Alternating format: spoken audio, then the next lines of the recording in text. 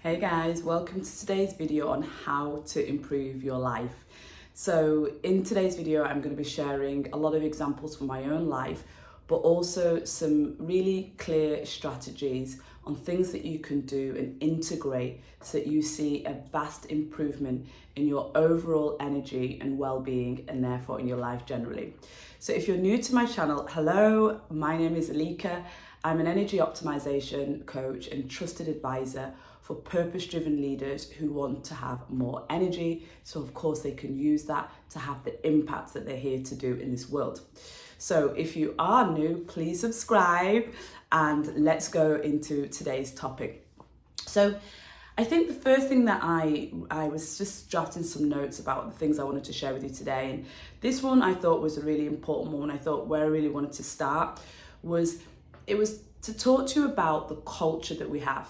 So we have a culture that is built on success is what makes you happy, and success is what you're looking and striving for in your life. And so without you even realizing it, we're all influenced by the people around us, our working environment, our culture, our family upbringing, our religion, and of course media. And that's influencing, therefore, what you are and aren't, thinking that you should do. And especially people that haven't gone through a process of deep self-reflection or something like human design that I do, where we've really taught you how to understand your most authentic self and what does that look and feel like. You are just navigating through life and being influenced by these factors around you. So if our culture is defining success as striving for material things, being in, let's say, a leadership position, or always progressing through your career by title, how much money that you earn, whether you have, the 2.4 type of family, like there's two of you, there's 4 children, now it's kind of more like, it's more like 4 people living in a home, and some of them are children and some of them not. But to have a family and the traditional elements of what is deemed as successful. So you have to figure out what is your definition of success, and how are you going to define that for you. And how you define it will allow yourself to think about the right measurements that are the ones that are going to be there for you. So I know that in my corporate days, when I started my corporate career, that mainly came from watching my mom leave for work and thinking, kind of 80s style, I want to wear a power suit. I want to go to the office. I want a briefcase. That was early implants that I know was in my mind, because I remember being super passionate about food and thinking about being a chef and going, they don't really work in an office though. And like that connection for my childlike brain made me shut down like being a chef or going into culinary at an early age, which I think about how I could have excelled differently if I'd have done that. It would have definitely brought out my creative element to me really early on. And I think, in fact, I know even though the hospitality and kitchens is a tough industry, I think that my version of success and what led to burnout would have gone very differently. And so when I found myself in an office environment, for me, that success meant you work hard. Again, my programming that I had told me that work hard, not smart. And there's nothing like a large organization with a lot of sales teams to really put somebody with that belief of work hard, not smart, and really burn them out, right? And so I remember working hard meant I've got to be first in, I've got to work late. And, I came into that workplace with an environment or an upbringing, should I say, that really was conducive to working more and more and more and always looking for something to do. And that environment always fed that. In a sales environment, there's always more you could be doing, whether it's you catching up on your administration or doing your sales or connecting the dots between the two or brainstorming. And so that for me was all about these thoughts that I had, was about if I work harder, then I'll get more senior position, I'll get promoted. If I get promoted, then I'll reach this position that defines success, and I'll also have the salary that defines what success, and I'll also, with that salary, be able to buy all these things that define success, home, car, all of the things. And so I never once had this reflection where I went, what is my version of success? And what would that feel like? And challenged, where does that definition come from? Because even if you'd have asked me that, I probably would have said the most senior manager position in that organization, run a few branches, but I would never have been challenged around where did that definition come from? And if I got that, what would I feel? What would I do with it? Okay, well, what would I do with it? Well, I'd buy these things. And if I bought these things, what would that mean? What would that give me? It would give me a feeling that I was successful in other people's eyes. That's where that kind of thought process would have led me. So when I redefined success for myself, I wanted to look at what is sustainable success. Because now, after 2 burnouts, I started to realize that the things that I was doing weren't sustainable. The lifestyle I was living wasn't conducive to overall well-being. And so my success came from defining my emotional home to be peace and joy and harmony. Defining that having a balance between my personal and my professional life that was in harmony with each other was my definition of success. And I looked for things that brought me peace, joy, and harmony.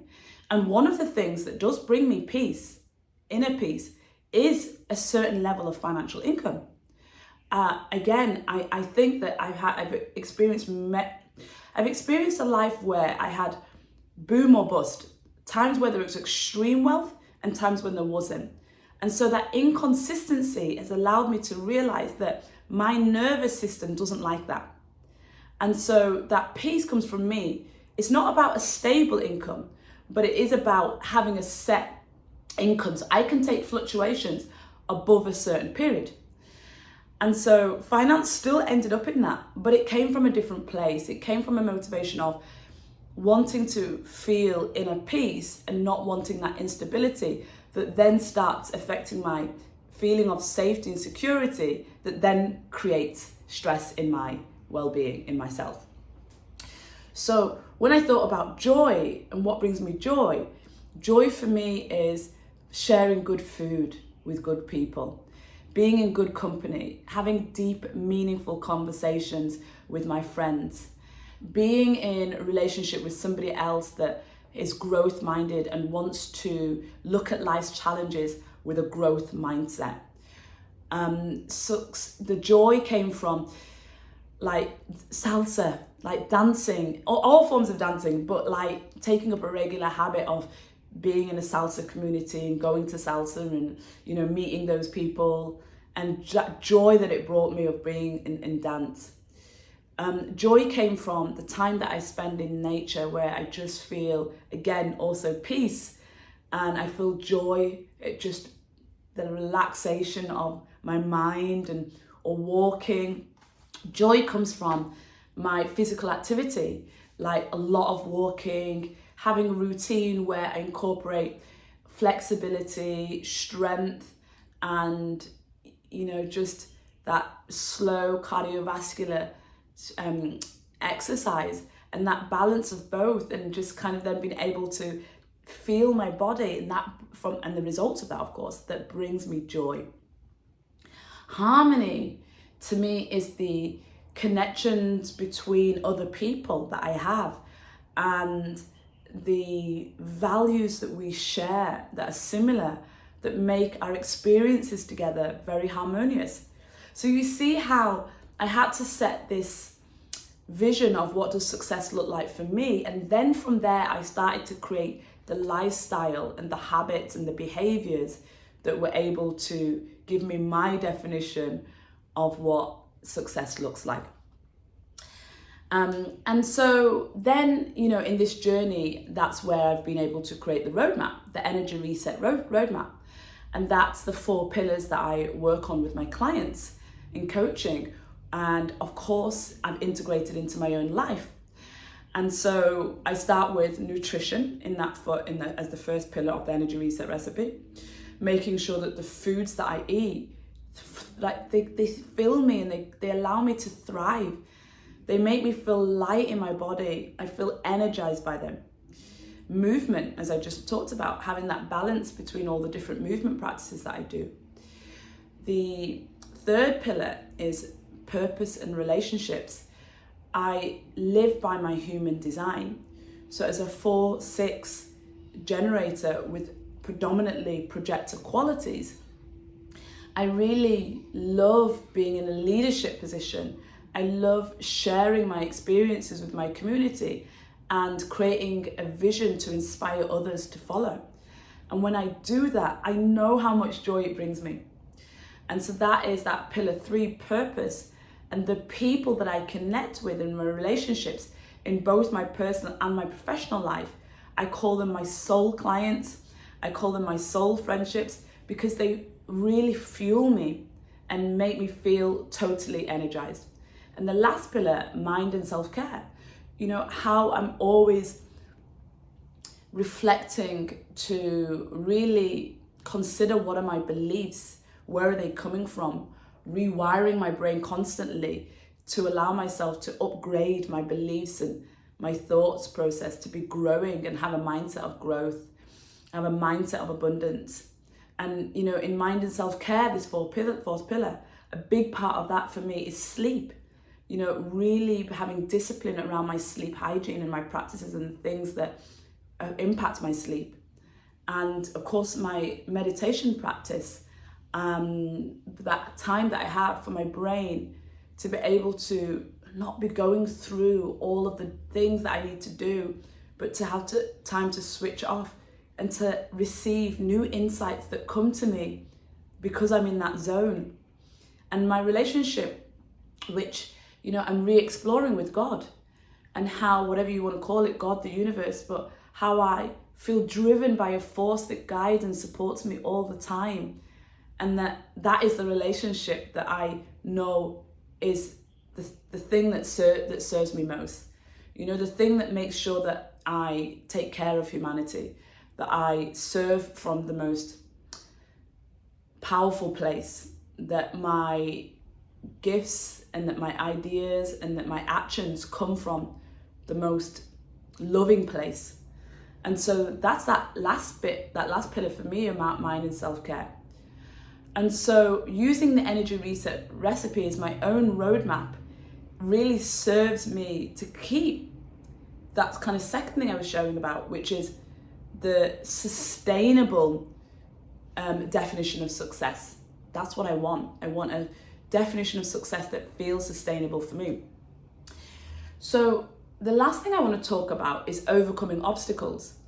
I find that because I've been able to redefine success, and I've got my roadmap of the energy reset recipe that keeps me constantly calibrating over the right habits and behaviors, I've realized that when I come to think about the obstacles that come in my life, the resilience that I've got has been built over time because I have the physical, mental, emotional, and spiritual strength to be able to overcome things. I also realized that being able to overcome obstacles is a lot about being motivated by something that is really driving me, that no matter when things come up that are challenging in life, which it's inevitable. I always say stress is normal in life, chronic stress is that's not normal. But when those challenges come up, I have this North Star. The North Star is within my human design, but I have this North Star and I have this support that I have that guides me and keeps me motivated to do, because I have that clarity to do what I've come here to do. So, I mean, a lot of that I think is covered when I think about my human design And that really serves me well because I know who I am, what I'm here to do, and how I'm here to do it. It goes into the exploration of who I'm here to serve. But I think a key part in overcoming these challenges of life is that I have this intrinsic motivation, therefore, from that clarity to keep on going no matter what life gives to me. And so I still have challenges, but my ability to overcome those challenges has become a lot easier. So just to kind of recap what we've gone through, in how to improve your life, I've talked about, firstly, defining your version of success. Remembering that our culture has a definition of success that you may need to redefine for yourself. And in redefining that, you want to know what is sustainable success. What does that look and feel like for you? Then I talked about my roadmap, the energy reset recipe, the 4 pillars that I use with clients and myself to make sure that my habits and my behaviors are constantly calibrated daily in order to fuel that definition of sustainable success. And then I talked about overcoming the obstacles that life inevitably throws at you through the resilience and the motivation, the intrinsic motivation that I have. So I hope that that's given you some insights as to, how I kind of navigate, and I think that you can really think about how do you really look at improving your life. And I would love to hear from you.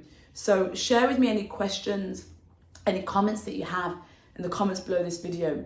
And if you feel that there's someone also that you know that would really benefit from, having a better vision of how they can improve their life, please feel free to share this video with them. And do like the video if you feel that it has provided value for you. And subscribe to this channel if you really are keen to learn more about how you can look at all areas of your life where you can improve and increase your energy so that you can have a better impact in the world. Take care.